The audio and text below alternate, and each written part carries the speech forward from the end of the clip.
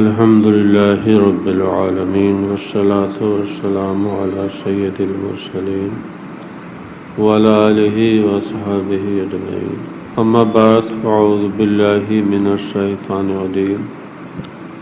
بسم الله الرحمن الرحيم. ويقول الإنسان أإذا ما مت لسوف أخرج حيا أولا يذكر الإنسان أنا خلقناه من قبل ولم يك شيئا فوربك لنحشرنهم والشياطين ثم لنحضرنهم حول جهنم جثيا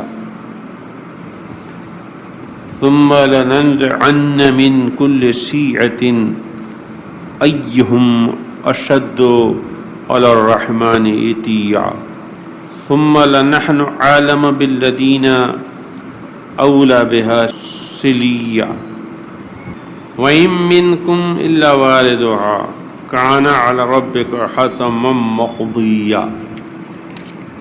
صدق الله العظيم. درود شریف. اللهم صل على سيدنا مولانا محمد طب القلوب ودوائها وعافية الأبدان وشفائها ونور الأبصار وضيائها وآلہ صحابہ دامت الہدى. آج کی آیات مبارکہ میں جو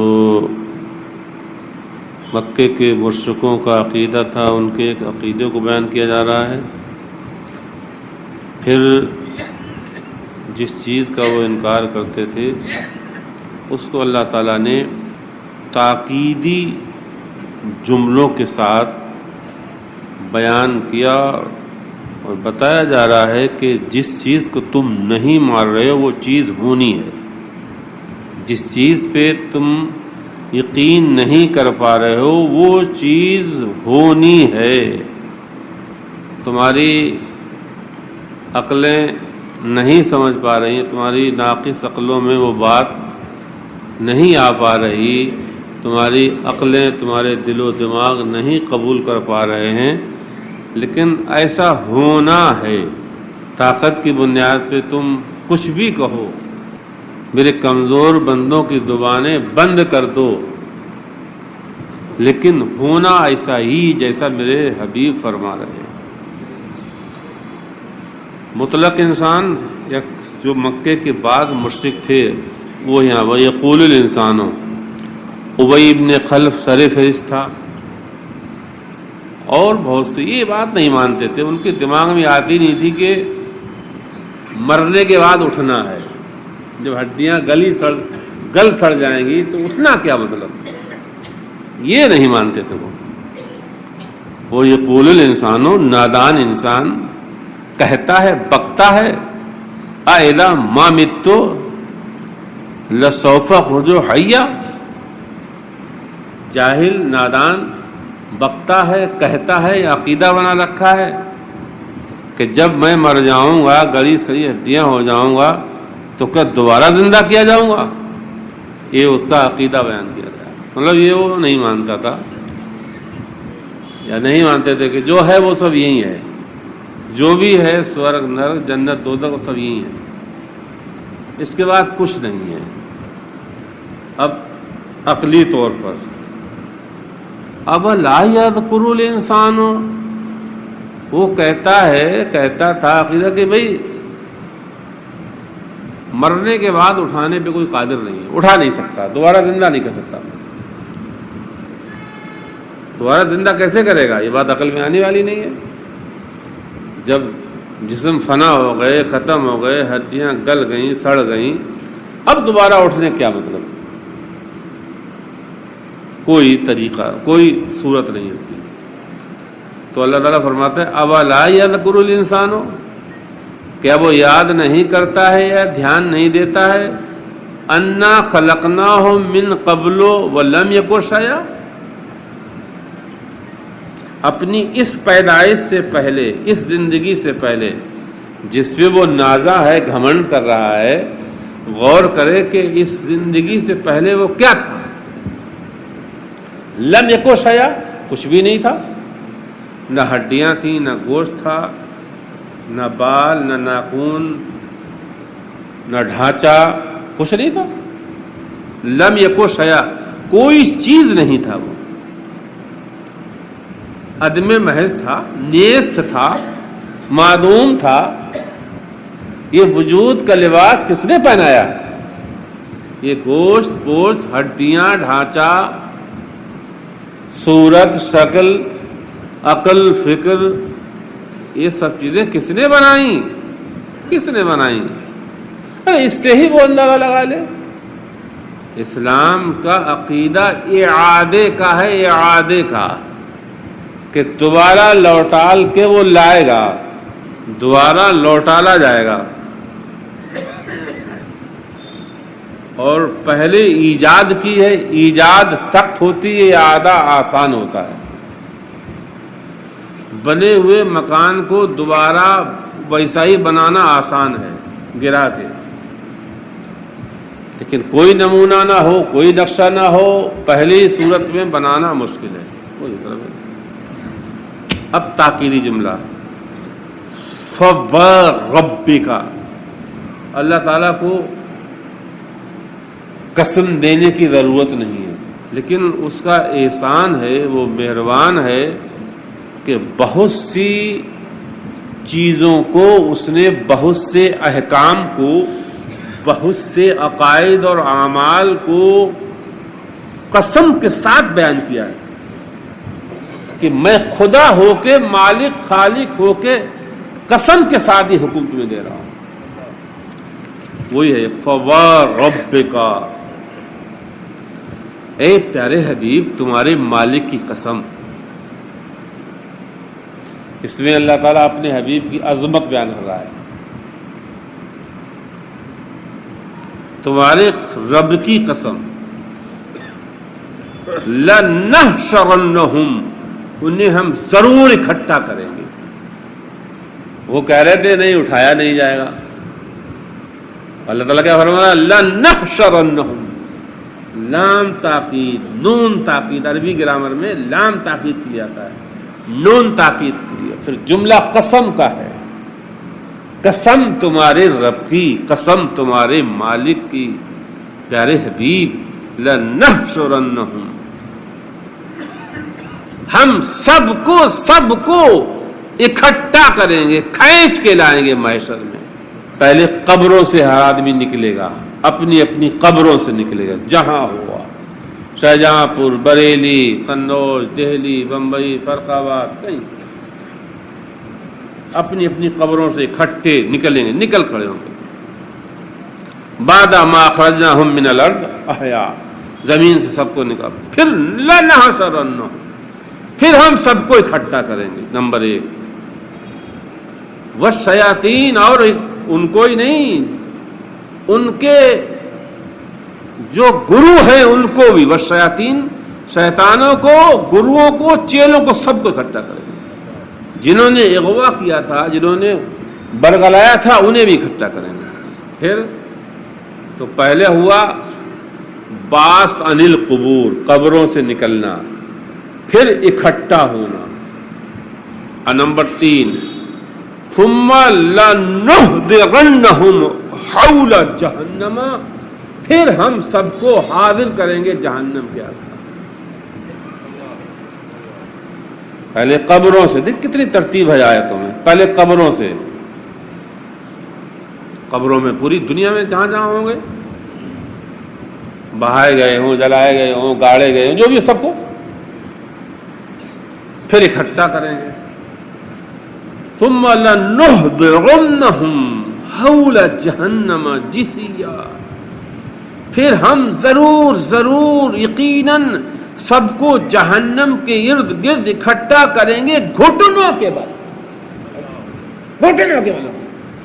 ایسی سچی حقیقتیں ہیں یہ، جن سے انکار، جن کا یا تو انسان انکار کر رہا ہے یا غافل ہے. جو ایمان والے ہیں وہ غافل ہیں، جو منکر ہیں وہ انکار کر رہے ہیں. اتنی سچی حقیقت ہے یہ، ایسی واقعی اور نفس الامری چیز ہے یہ قرآن ہے، منطق مولوی کی نہیں ہے، فلسفی کا فلسفہ نہیں ہے، ڈاکٹریٹ نہیں ہے ڈاکٹر کی، ریسرچ نہیں ہے امریکہ برطانیہ کی ہے، یہ قرآن ہے، قرآن. ثم لنحضرنهم. عرب کے بہت سے لوگ جو قرآن پڑھتے ہیں تو اس لیے روتے ہیں، وہ سمجھتے ہیں، وہ خوب سمجھتے ہیں کہ کیا فرمایا کیا جا رہا ہے، اس حقیقت واقعیہ کو وہ سمجھتے ہیں، اسی لیے روتے ہیں قرآن پڑھتے ہیں. ثم لنحضرنهم حول جہنم جثیا. گھٹنوں کے بل سب کو حاضر کریں گے، حاضر کریں گے. جثیا کا معنی جماعت بائی جماعت، بھی جماعت بائی جماعت، گروہ در گروہ، یہ بھی سکتا ہے. گھٹنوں سب کو اکٹھا کریں گے. ترتیب دیکھیے، پھر اس کے بعد کیا ہوگا، پھر اب آگے سے نمبر 4 سب جماعتیں اکٹھی. اب جماعت میں انکار بھی، کفر بھی، کسی کا ہلکا، کسی کا اس سے بڑا، کسی کا اس سے بڑا، کسی کا اس سے بڑا. کچھ لوگ ایسے ہوتے جو گناہ میں جری ہوتے ہیں، کچھ لوگ ایسے گناہ کرتے تو ہیں لیکن ڈرتے ہیں، کچھ لوگ ایسے ہیں جو گناہ کرتے ہیں لیکن گناہ ڈرتے ہیں کہ ہم گناہ کر رہے ہیں اور ہم یہ غلط کر رہے ہیں. ان کا ضمیر ان کی ملامت بھی کرتا ہے. اب ایک دن میں تعزیے جس دن تھے اس دن میں کہیں گیا تھا تو گزر رہا تھا، تو لڑکے نکلے تھے اپنے تعزیے لیے، تو وہ چوراہے پہ دکھا نعرے لگا رہے تھے. پورے نوجوان لڑکے چہرہ بتا رہا تھا یہ نہ تعلیم ہے، نہ علم ہے، نہ شعور ہے، کچھ گناہ میں جری بتا، جری. اور جرت کا یہ عالم کہ مولانا منع کریں تو اور زیادہ کریں گے. اچھا یہ منع کر رہے ہیں تو اب ہم اور کریں گے. مولانا نے منع کیا کہ اچھا اب کی تم، انہوں نے منع کیا تھا ڈی جے بند کرا، تو اب کی ہم 2 ٹھلیاں بنائیں گے ڈی جے. مولانا اور جتنا منع گے اتنے ٹھلیاں بناتے جائیں ڈی جے، جلوس میں تعزیوں میں بناتے جائیں گے. مولانا منع کریں بنائیں گے جتنے یہ جلوس والے ہیں، چاہے کسی کا جلوس ہو، کسی موسم. اسلام سے کیا تعلق اس طرح کے، دین سے کیا تعلق؟ بہت سے قائدین، بہت سے مفاد پرست جو ہوتے ہیں لوگ، وہ قوم کی جہالت کا ہی فائدہ اٹھاتے ہیں کہ اس سے بڑی نادان جاہل قوم کو اللہ سے فائدہ دلا کو جمع. فائدہ صرف مالی نہیں ہوتا ہے، کچھ لوگ سیاسی فائدہ اٹھاتے ہیں، تو کفر سب کا یکساں نہیں ہوتا ہے.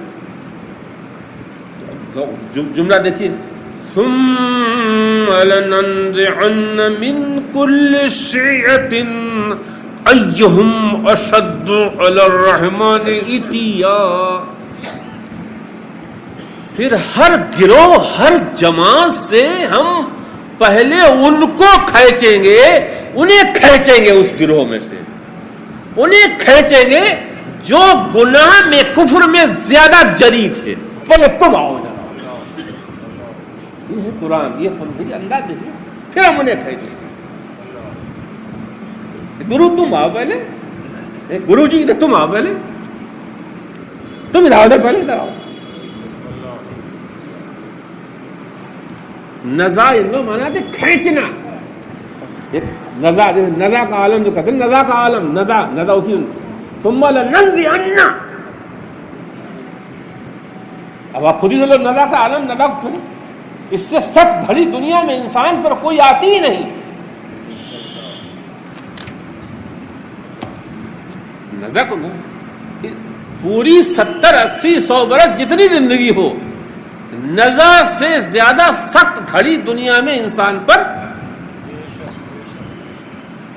قبر اس سے زیادہ سخت، حشر اس سے زیادہ سخت، حشر اس سے زیادہ سخت، حساب قیامت کیوں اس سے زیادہ سخت کہ پتہ نہیں فیصلہ ادھر کا ہو کہ ادھر کا. یہ اسی دین کی سچی حقیقتیں ہیں، سچے عقیدے ہیں. یا تو دنیا میں لوگ منکر ہیں یا پھر اکثریت غافل ہے. جو مانتے ہیں وہ غافل ہیں. ثم لننزعن من كل شيعة، پھر ہم کھینچیں گے ان گروہوں میں سے ان فرقوں میں سے، ان جماعتوں، ان گروپوں میں سے، ہر امت میں سے ہم کھینچیں گے اس کو پہلے جو زیادہ سخت تھا، زیادہ جری تھا، بے حیا ہو گیا تھا رحمان پر. دیکھیے اللہ رحمان فرمایا، اللہ نہیں فرمایا. ارے تو جری اور بے حیائی کر کس پہ رہا یار؟ اللہ رحمان فرمایا. یہ صورت آ رہی ہے، اب اس صورت میں رحمان رحمان بہت جگہ آیا ہے. آخر میں قریب 25 جگہ رحمان آیا. ابھی بتائیں گے آخر میں 25 جگہ رحمان آیا ہے. اور اللہ تعالیٰ اتنی جگہ رحمان ذکر کر کے بتانا چاہتا ہے کہ ہماری رحمت غالب ہے غضب پر. ہماری رحمت ہمارے غضب پر غالب ہے، ورنہ تمہارا انجام دنیا ہی بہت خراب ہو جاتا ہے. یقین خدا کی رحمت اس کے غضب پہ غالب ہے. میرا خیال انداز قریب بتائیں گے 25 جگہ ہے. اس آخر میں تو ایک ہی پیج پہ 10 جگہ ہے قریب. اتیا جری، اتنا جری، اتنا نڈر. تو یہ ہر جماعت سے، ہر گروپ سے کھینچا اس لیے جائے گا، دکھایا جائے گا وہاں. اللہ تعالیٰ کو تو سب معلوم ہے، یہاں جب یہاں ہے تبھی معلوم ہے، لیکن وہاں دکھائے گا. وہاں دکھائے گا، محبوبوں کی محبوبیت دکھائی جائے گی، اور جو جری نڈر ہیں ان کی جرت بھی ظاہر کی جائے گی.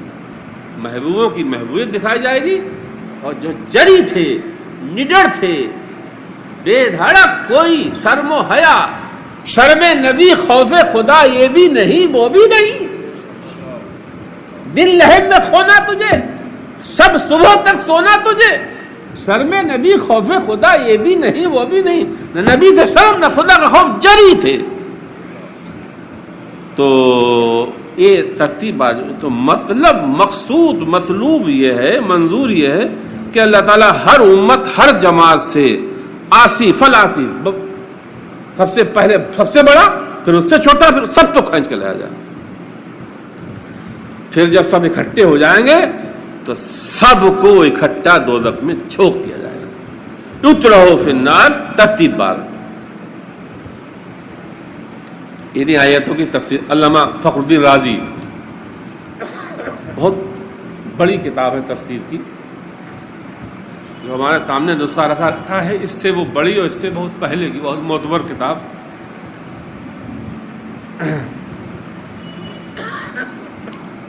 کہتے یحذرہم اولا ثم یخصہم اشدہم تمردن بعذاب آدم اذ عذاب الضال المضل یجب ان یکون فوق عذاب من یضل طبعا. ایک گمراہ کر، یعنی ایک گرو اور ایک چیلا، تو ظاہر بات ہے گرو کی سزا، ارے استاد کی سزا، ارے گناہ کے استاد کی سزا گناہ کے چیلے سے زیادہ ہونا چاہیے. تو کہتے ہیں یہ مولانا فخر الدین رازی فرماتے ہیں یہ پہلے ان کو سب کو حاضر کیا جائے جہنم کے پاس، پھر جو سخت ذرا جری تھا اسے خاص کیا جائے تمردن، سرکشی میں، بڑے عذاب کے ساتھ. کیونکہ اذ عذاب الضال المضل، خود گمراہ اور عذاب اور گمراہ گر جو ہے واجب ہے کہ اس کی سزا بھی بڑی ہونا چاہیے گمراہ سے. ایک امام کی سزا اور ایک مقتدی کی سزا. تو جو گناہ کا امام ہے اس کی سزا، گناہ کے امام کی سزا مقتدی سے زیادہ ہونا چاہیے جیسے نیکی کا امام ہوتا ہے. قرآن میں ہم ہر امت کو اس کے امام کے ساتھ لائیں گے، امام کے ساتھ، نیکی کا امام، گناہ کا امام. مسجدوں کے امام نیکی کے امام ہیں. اب یہی کہیں کہ بجاؤ ڈھول، ظاہر بات ہے یہ پھر گناہ کے امام بھی ہو جائیں، یہ خود بھی شامل ہو جائیں تعزیوں میں، بازوں میں. جسے اللہ تعالیٰ نے نیکی کے امام بنایا ہے وہ خود ہی جا کے تازیوں سامنے رونے لگے، اور وہ خود ہی کہ بتاؤ تعزیت دیکھ کے کون یاد آتا ہے؟ جاہلوں کو برگلانے تھے. تو جاہل کیا کہے کہ تعزیت دیکھ کے حسین یاد آتے ہیں؟ تو بولے پھر کیا گناہ ہے؟ کم سے کم حسین یاد تو آ رہے ہیں. بات کیا ہے؟ یہ بات اس نے کیوں کہی؟ خطیب نے، مقرر نے کیوں کہی؟ وہ جانتا ہے میرے سامنے جو جاہل بیٹھے ہیں یہ بالکل گما رہے ہیں. یہ نہیں جیسے بھائی جب کسی 100 فاسقوں سے آپ جو تعزیے کے عاشق ہیں ان سے کہو بھائی کوئی مولانا کہ بھائی تعزیہ دے کے کیا دادا تمہیں، تو کیا کہیں گے وہ؟ تو ہر امام کو پہلے گناہ کے امام کو پہلے ڈالا جائے گا، مقتدی بعد میں۔ اللہ تعالیٰ خود فرماتا ہے الذین کفروا وصدوا عن سبیل اللہ زدناہم عذابا فوق العذاب بما كانوا یفسدون۔ اللہ، جن لوگوں نے انکار کیا اور خدا کے راستے سے لوگوں کو روکا، دین سے روکا، حق سے روکا، حق کی پیروی میں آڑے آئے، گناہ پر ابھارا، کیا کریں گے ہم؟ زدناہم عذابا فوق العذاب، ان کا عذاب ہم عوام کے عذاب سے زیادہ کریں گے، مقتدیوں کے عذاب سے امام کا عذاب۔ کیوں؟ بما کانوا، اس لیے کہ وہ مفسد تھا، مقتدی فاسد تھے، وہ مفسد تھا۔ عبداللہ ابن ابی مفسد تھا، فاسد مفتی میں فرق ہوتا ہے، مفسد میں تو مفسد کا عذاب بھی بڑا ہوگا۔ پھر سنیے ایک جملہ اور آگے، جو قرآن سمجھتے ہیں وہ جانتے ہیں، کہتے ہیں فی ہذہ الآیۃ تہدید عظیم، اس آیت میں کوئی معمولی دھمکی نہیں ہے، بہت بڑی دھمکی ہے، تہدید عظیم ہے، وعید عظیم ہے اس آیت میں۔ پہلے باس ہوگا، پھر حشر ہوگا، پھر حاضر ہوں گے، پھر کھینچا جائے گا، پھر ادخال ہوگا۔ پہلے قبروں سے اٹھنا، پھر اکٹھا کرنا، پھر اس میں سے چھانٹا جائے گا، چھانٹنے کے بعد پھر ادخال ہوگا، پھر داخل کیا جائے گا۔ اب اللہ تعالیٰ کا یہ سب کیسے ہوگا؟ کیسے ہوگا؟ پھر سنیے، ثم لنحن عالم بالذین هم اولی بها صلیا، ہم خوب جانتے ہیں ان میں سب سے زیادہ جلانے کے لائق کون ہے۔ سلیا، سلیا سیترا، سلیا صلا، سیصلا نارا ذرا تبت یدا ابی لہب وتب ما اغنی عنہ مالو ما کسب سیصلا نارا، سیصلا، سیصلا اسی میں سلیا، سلیا سے سیکھا جائے گا، جلانا، تپانا۔ ثم لنحن، یہاں پر بھی لام تاکید، اور 4 جگہ ثم آیا، ثم تاکید، پھر ایسا کریں گے، پھر یہ کریں گے، پھر یہ کریں گے، پھر یہ کریں گے، یوں ہوگا، ترتیب سے ہوگا۔ علمان الحفیظ، اللہ کے نبی سے فریاد نفس کی نبی بہت کمزور ہیں، اللہم انت تعلم سرنا وعلانیتنا فاقبل معذرتنا۔ پھر ہم خوب جانتے ہیں کہ ان میں دوزخ کا سزاوار سب سے زیادہ کون ہے، دوزخ میں داخل ہونے کے لائق سب سے زیادہ کون ہے۔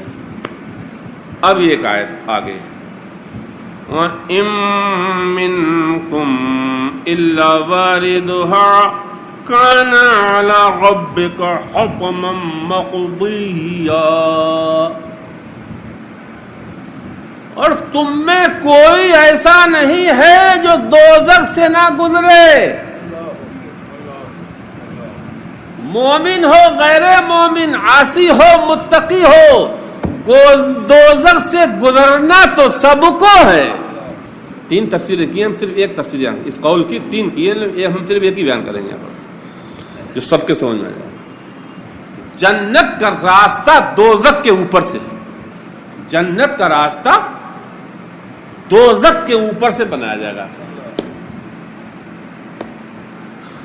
میدان محشر جو ہوگا، قائم ہوگا، تو وہاں پر جو جنتیوں کو جنت میں جانے کا راستہ ہوگا وہ دوزخ کے اوپر سے بنایا جائے گا، اسی کو کہتے ہیں پل صراط۔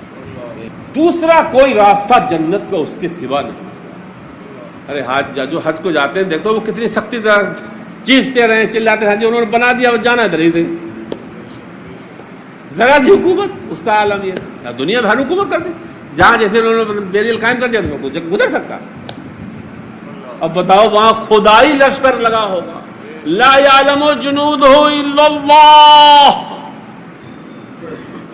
اس کے لشکر، اس کے فوج کو، اس کے فرشتوں کی تعداد کو اس کے سوا کوئی نہیں جانتا ہے، اور وہ سب صفن صفا سب اتر آئیں گے، صفن صفا، اور جہنم کو لایا جائے گا نیچے، اس کے اوپر راستہ قائم کیا جائے گا. اب جاؤ جنتیوں، جنت میں جانا ہے مگر ادھر سے جاؤ، دوسرا کوئی راستہ نہیں. پیغمبر بھی اسی سے گزریں گے، صدیق بھی اسی سے گزریں گے. پیغمبروں کے بارے میں آیا کہ پیغمبر جو ہے پہلے چلے جائیں گے، پیغمبروں کو ان شکتیوں سے دور رکھا جائے گا. بس یہ کہ پل صراط سے گزریں، بلکہ پل صراط کے پاس وہ گزر کر بات ہے کہ پیغمبر پہلے ادھر سے گزر جائیں گے. پیغمبر وہاں پل کنارے پہ کھڑے ہو کے کوئی اپنی کہہ رہا ہوگا، اور میرے آقا سلم سلم سلم سلم سلم، ایک طرف کھڑے سلم سلم سلم سلم سلم سلم سلم سلم سلم. سب کو گزرنا ہے،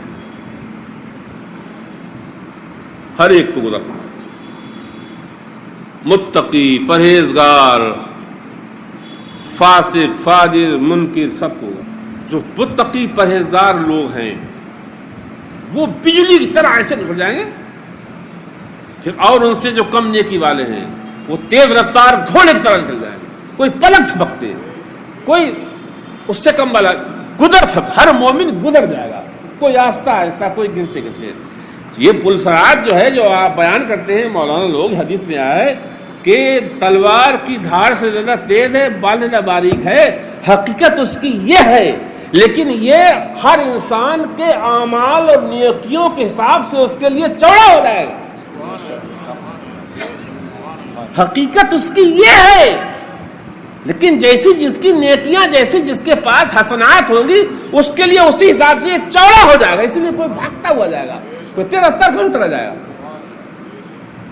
اور ایک اور اس کے آس پاس آیا ہے کہ ایک کلالیب آیا ہے، ایک لفظ اور آیا، دو لفظ آئے ہیں. بہت بڑے بڑے کانٹے لگائے گئے، کٹیلے ترچھے، بہت بڑے بڑے. جب منکر مشرک گزرے گا تو وہ اسے کھینچ لے گا. ان سے کم والا گزرے گا، یہود و نصارہ کا نہیں، انہیں بھی کھینچ لے گا. منافق گزرے گا، انہیں بھی سب کچھ ہوگا. بہرحال جس کے دل میں ایمان ہوگا اور وہ مومن ہوگا، وہ گرتے پڑتے گزرے، لیکن اس سے تو اب وارد کا، ورود کا معنی آتا ہے دخول. یہاں پر عبداللہ ابن مسعود کا قال ابن مسعود والحسن وقتادہ. عبداللہ ابن مسعود تو صحابی ہے، امام حسن، امام قتادہ یہ تابعی ہے. یہ تینوں بزرگ فرماتے ہیں ورود دخول، ورود کا دخول، ہر شخص دوزخ میں جائے گا. تو اس کا بھی مطلب علماء نے بتایا ہے کہ یہاں دخول ہی ہے، ہر آدمی داخل، یہ تفسیر بیان کر دوں، داخل ہوگا، ہر آدمی دوزخ میں جائے گا، یہ دوزخ کے پاس سے گزرے گا. اب سوال ہے کہ مومن دوزخ میں جائے گا یا دوزخ کے پاس گزرے گا تو کیا عذاب کے لیے؟ مومن کا عذاب تو نہیں، تو پھر یہ اس کے پاس سے کیوں ادھر ہے، اس میں کیوں داخل کیا جائے گا؟ تو فرماتے ہیں مومنوں کو اس میں داخل کیا جائے گا، یا ورود ہوگا، یا ادھر سے گزر ہوگا قریب سے. اس میں بھی ان کی خوشی کے اضافے کے لیے ہوگا. کس کے لیے ہوگا؟ یہ مکے کے مشرک جن غریب مومنوں کا ٹھٹا بناتے تھے، جب یہ مومن وہاں جائیں گے، انہیں دیکھیں گے عذاب میں مبتلا، دیکھ کر کے بہت خوش ہو گئے. مولا تیری شان عظیم، تو نے ہمیں بچا لیا.